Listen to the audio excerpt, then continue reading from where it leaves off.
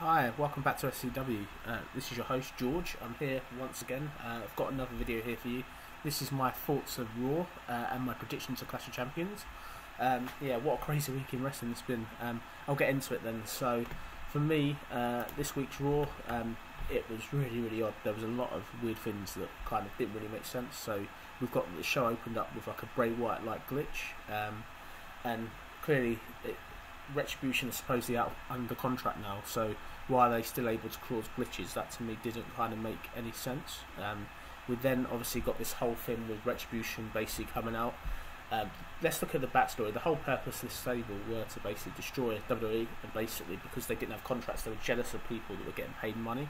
But now you give them contracts, why are they still glitching the product? It didn't really kind of make sense to me. Another thing that I thought was a bit weird is you've obviously clearly got half of them that have got really good masks on, such as people like Shane Thorne, Slapjack. Clearly you can't really tell who that is, but then you've got Mia Yim, clearly everyone knows who that is. Mercedes Martinez, clearly everyone knows who that is. It's just weird why on the men they did much better job of covering the faces than the women. It's just really weird. And then another thing with that is obviously the opening promo is done by Mia Yim. Yet you got Mia Yim obviously really it wasn't a bad promo, it was pretty generic, but then you've then got sort of the week before you've got Mia Yim basically attacking her boyfriend Keith Lee, which doesn't make any sense. Anybody that's watched NXT is obviously on the same network as the USA network, so why would it make sense that she's the one that then attacks Keith Lee? So that whole backstory from NXT is kind of gone really. Wasn't really a massive fan of that, if that makes sense. I think the trouble you've got with this ultimately is you've got the Hurt Business then come out. Hurt Business obviously sort of the start of the show they're coming out as basically heels, and they're getting absolutely destroyed. They get absolutely destroyed by Retribution, which are numbers again. So we've got these people signed. You've got your 5 core crew members that are signed to Retribution. Then you don't have sort of then you've got all these silly numbers running in, which it's okay at the beginning, but if you're not going to pay off any of these people that are just running in, it's just a bit silly. It gets a bit stupid. But the other thing I didn't really like from the opening angle part of it was you've got them sort of beating down the Hurt Business, yet nobody's coming out. You would have thought based on last week's Raw, you would have like Drew and Keith come out, because clearly they were attacked by Retribution, but there's kind of no real payoff to that, which is kind of weird at the start of Raw. But it was okay. It's something different to start the show. It certainly was sort of a bit more edgy, I felt. And I just sort of think with this, it's just kind of weird how they're building Retribution. I think it's very much they've gone from destroying SmackDown and all the other stuff to kind of this now. And if we then go through some other bits on that, so we then go through sort of the other things of Raw that I thought were okay. I thought a couple of bits were good. Quite like Seth Rollins' promo. I thought he did a very good job there. I like the whole way the Mysterio storyline's going. I think that's been fun. I would have to say though a couple of things that I think are really stupid on Raw as well. Sorry to bash it. I definitely think this is the worst job WWE have done in a while, building up a pay-per-view with challenges for titles. I just think they've not done a very good job, if that makes sense. And I think you've got stuff like other people just continually sort of running away and stuff like that. And there's a lot of holes. Like you've got Billy Kay and Peyton Royce, like were back together almost, even though they split. You've got Angel and Andrade back together yet again, despite splitting numerous times. And you also, the worst thing as well, one of the biggest things that frustrated me was you've got Dabba-Kato getting totally utterly destroyed by Braun Strowman. So that's kind of totally destroyed the whole point of Raw Underground. Raw Underground was meant to be there to get these new people over, I believe. We still don't know what it's about, as said previously on other podcasts. But yet we've got sort of Dabba-Kato there getting totally destroyed. I get that Braun was a former world champion, so the fact he's down to Raw Underground probably is quite a big fall. But yeah, disappointing for me. I just don't really know where to go next. I imagine Dabba-Kato and Kevin Owens are probably going to have something. But yeah, they're just not very good. And then obviously by the time the show ends, we've got the Hurt Business and Retribution in this match. Retribution have got names, and the commentators know their names, which is weird. Why would the commentators know who the names are? That doesn't make any sense to me. But the names they've been given are absolutely atrocious. So you've got Dominik Dijakovic, known as T-Bar, Diane Madden as Mace, and Shane Thorne as Slapjack. What a stupid amount of names. Surely, does WWE not think people have seen NXT? Does WWE not realise people have seen NXT? That's the thing. Why would you change the names of these wrestlers? This whole angle with Retribution could have been so good, but the fact you're giving people stupid names, it's almost like a Halloween type gimmick. It wouldn't be out of place in WCW in 2000. It's just so far gone. And I just really hope that they can somehow save this. I dread to think sort of what's happened. It wouldn't surprise me based on the backlash this week from the names if they get a name change again on this coming week's Raw, or they have a name change as soon as they're on TV nets, because people are just bashing their names because their names are stupid. Really, I think you look at Dominik Dijakovic, he's such a good worker. You're basically reducing him to kind of be like something from Batman, like a Bane or something. I just felt made him look like an idiot. Really, this stable could have been good, but the way they've been booked, the inconsistencies, it's just almost like it's just a shame to watch, really. But so obviously, what I did like about the end of the show, I did like the way that the whole roster kind of came out, and you got that whole gang warfare, which I thought was quite nice. But it depends, really. I think for me, what you're going to need to do, you're going to need to give Retribution a bit more serious characters, really. You need to be explaining why they're able to glitch and why they're able to do stuff, and sort of the real backstory. Because I think if Dijakovic is just a leader, it's a bit underwhelming, really. I think the bigger story is A, how have they got contracts, and B, where do they go next? In terms of a contract, I think that's going to be a payoff. Early predictions are probably Adam Pearce or somebody's given them a contract. Clearly, it's an inside job, and maybe it is related to do with somebody else on the main roster that has contacts in the office, really. But interested to see what they do. Just interested to see what the next step is. But for me, this needs to get a bit more edgy. And good luck to all the wrestlers in it, because I think they're all talented. It's just a shame to see this. And we're now going to go into the Clash of Champions predictions. Okay, so let's have a look and start the card then. So, card we got. First match I've got on the card, I've got a match between Lucha House Party and Cesaro and Shinsuke Nakamura for the SmackDown Tag Team titles. Yeah, this match should be alright. Looking at it and with the analysis and stuff like that, Nakamura is on a bit of a losing streak. Clearly, he hasn't won a match for a while. The last match he won was actually a SmackDown Tag Team match when he teamed with Cesaro against Metallica and Lince Dorado back in the end of August. But if you look at it, Nakamura recently, he's lost to Gran Metalik already, which was a shock.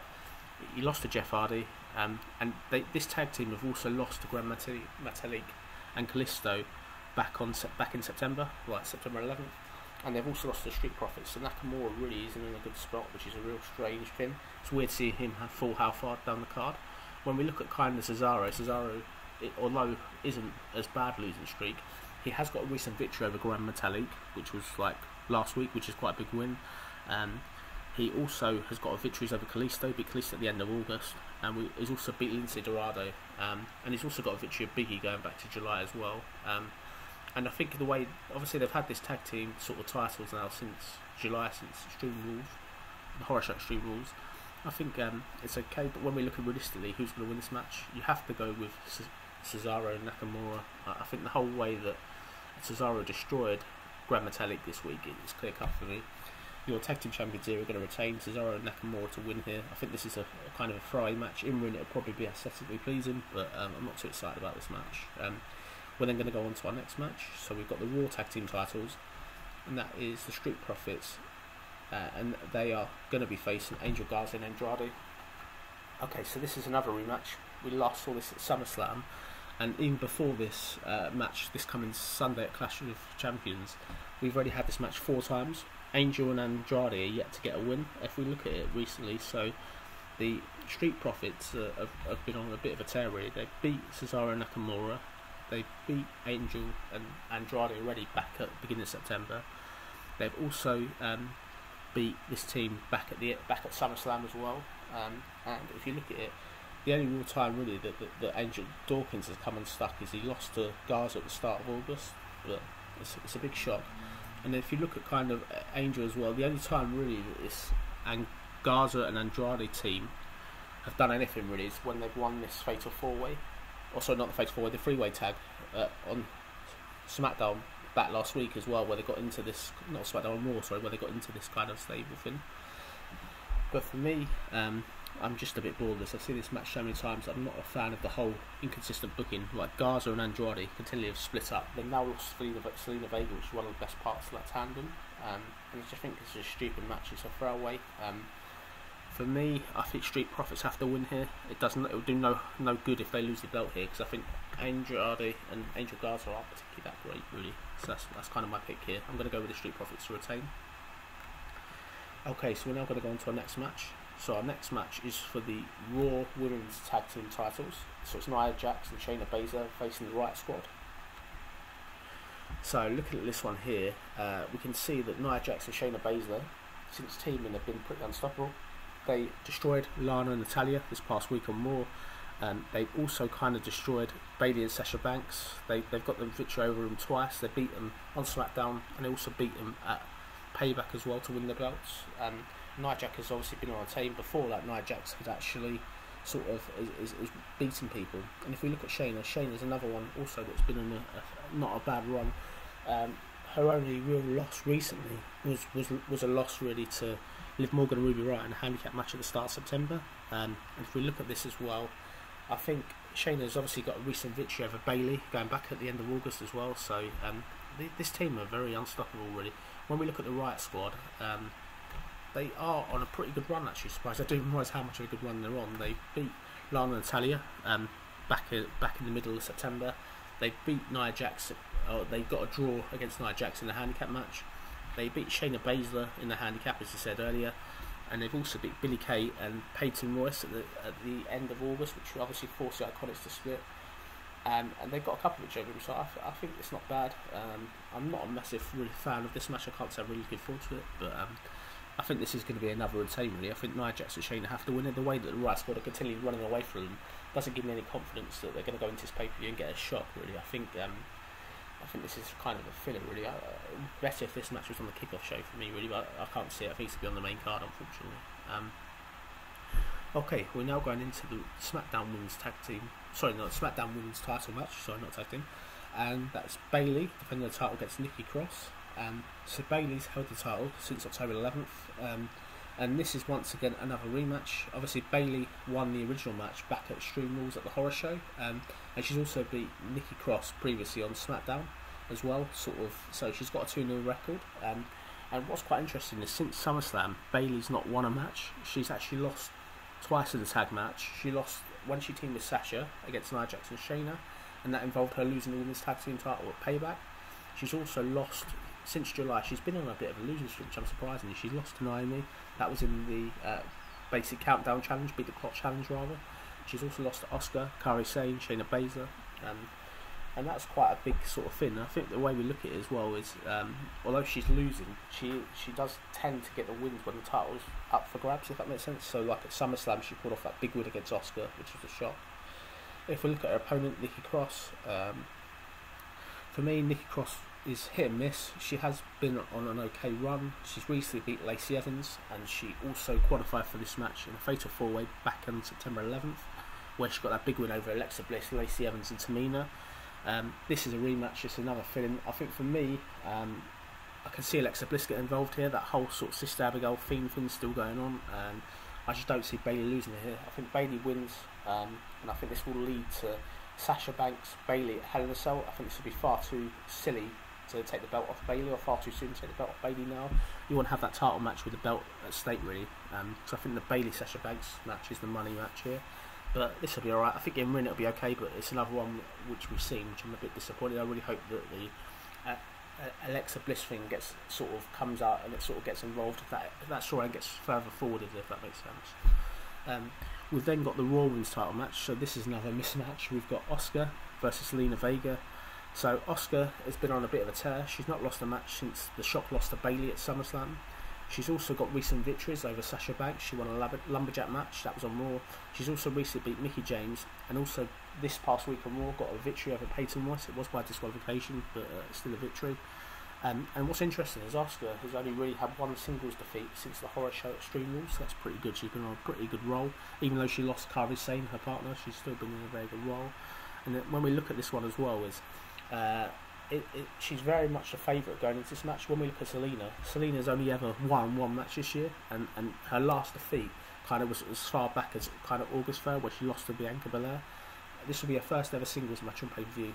For me, I'm not a massive fan of this. I think this has been thrown away. This is exactly what I said earlier. This is where you've got a title match with no build, and it's just so unbalanced. Really, we can't really get excited about it. So I think it's not really good. You should have been building up to Zelina Vega for like 6 weeks or something if you're going to have her in this match. It's just a typical throwaway. The fact you're building it away, she's won one match and now she's the number one contender, and the way she won that match was beating Mickie James. Mickie James lost a shot last week. What makes either one of them have any right to qualify to be number one contender? It just doesn't really make any sense to me here. I think this is down to poor sort of booking, and I think the thing with it is Oscar will get over here, and then going next is, as I said, I'm not too really sure where they move next with Oscar. I think they'll have to start building somebody else up, really. Maybe they'll face off. Maybe Oscar will face one of the Retribution women. Maybe, I don't know, Mia Yim or something like that potentially. But we'll soon see. Let's hope they don't get given a silly name as well. Let's move forward to the next match. So we've got Bobby Lashley versus Apollo Crews here. This is a United States title match. Once again, this is another rematch. This previously happened on back in August at the end of Payback, where at the last pay-per-view, where Lashley was able to beat Crews to win the United States title. Looking at this, the analysis of this one is Bobby Lashley's not lost a singles match since June, where he lost the world title match against Drew McIntyre. There's no shame in that. Bobby Lashley's beat Apollo in the following scenarios. He's beat him on September 7th. That was in an 8-man tag. He also holds a victory in the 6-man tag that took place on August 13th. Apollo Crews has only won one match since Payback, and that was this week's Raw, where he got a big victory over Cedric Alexander. So this is another mismatch feud, or a mismatch scenario, and it's a rematch yet again. I think, for me, they've done such a bad job of building up Apollo. Apollo's got destroyed every single week by Bobby Lashley, so I don't really see anything being any different here. I think Bobby Lashley's your winner here, and hopefully Bobby Lashley can move on and get out of this feud, because I think it's been anything for neither of them, really. I think if they'd any sense, they'd have Apollo kind of somehow Jordan Hurt business now, really, because I think Apollo's kind of, since he lost the belt, he's just been getting beaten up every week. Him and Ricochet kind of got beaten up, and it's getting a bit boring now, really. We're now going to go into the Intercontinental title triple threat ladder match. So Jeff Hardy versus Sami Zayn versus AJ Styles. So looking at the contenders in this one, Jeff Hardy's recently beat AJ Styles in August on SmackDown. This is where he won the title belt, and he holds recent wins over Nakamura, King Corbin, Sheamus and The Miz, although he did lose against AJ Styles earlier this month, but that was only by disqualification.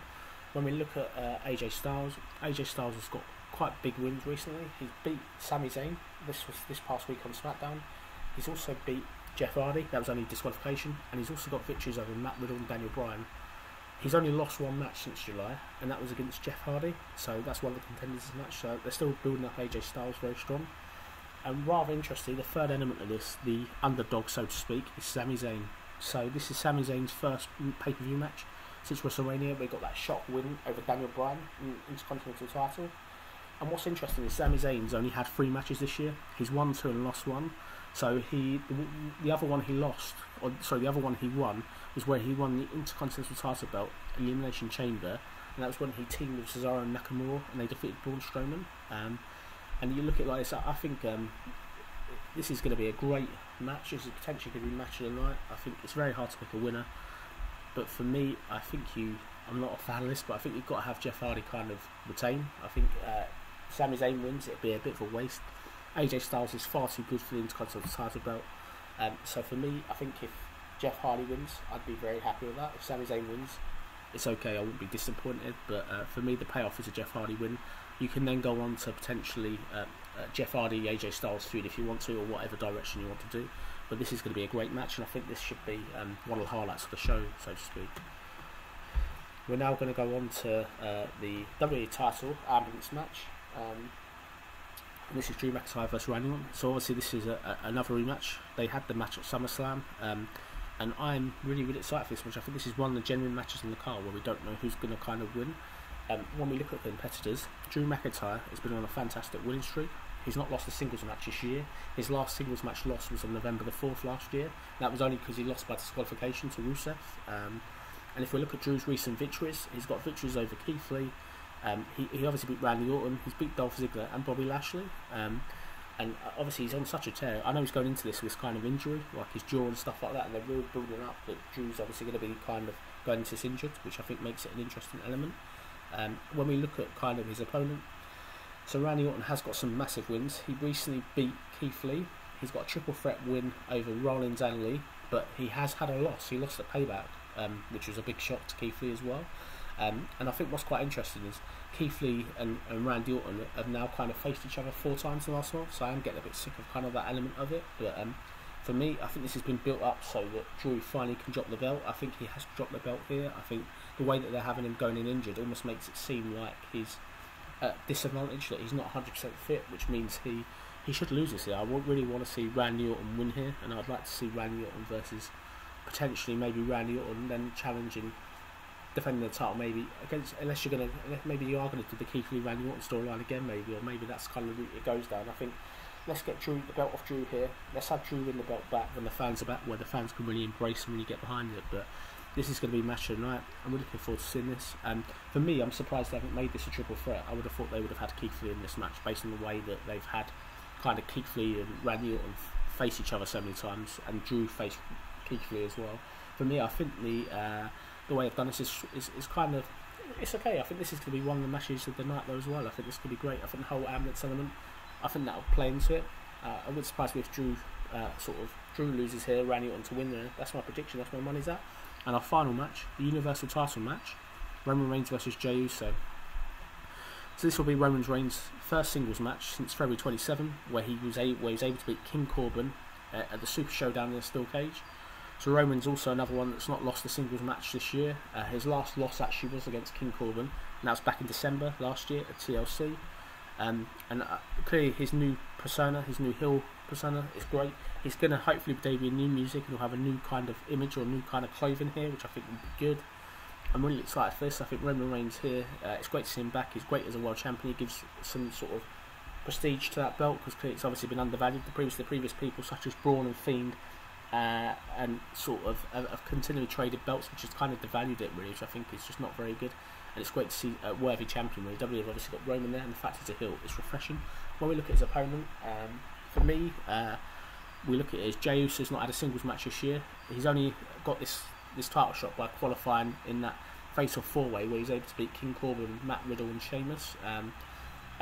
For me, as I said on the podcast this week, I'm not a massive fan of Jey Uso. I get the whole family tie thing, but this is your world title, this is your Universal title. You shouldn't be having Jey Uso in this. This is another throwaway match where it's obvious who's going to win. Roman Reigns has to win here. Jey Uso is just a stand-in. I get this is going to be designed to get Roman Reigns over as a badass heel. I do understand that, but it's just very, very boring. Doesn't really gel me. I think we're yet to see Roman Reigns really destroy Jey Uso, so I expect Roman Reigns to kind of win this match and then totally destroy Jey Uso over to further solidify him as a heel. But I'm wondering whether this is the story arc or something like that, potentially. Obviously, if we do get rid of this COVID and whatever else, whether there'll be another cousin versus cousin match down the line with Rock and Roman Reigns. That kind of seems more like maybe this is a taster for that, just to get the sort of Rock will come back and say sort of down the line that you destroyed Jey, so you destroyed the family for money and for the belt.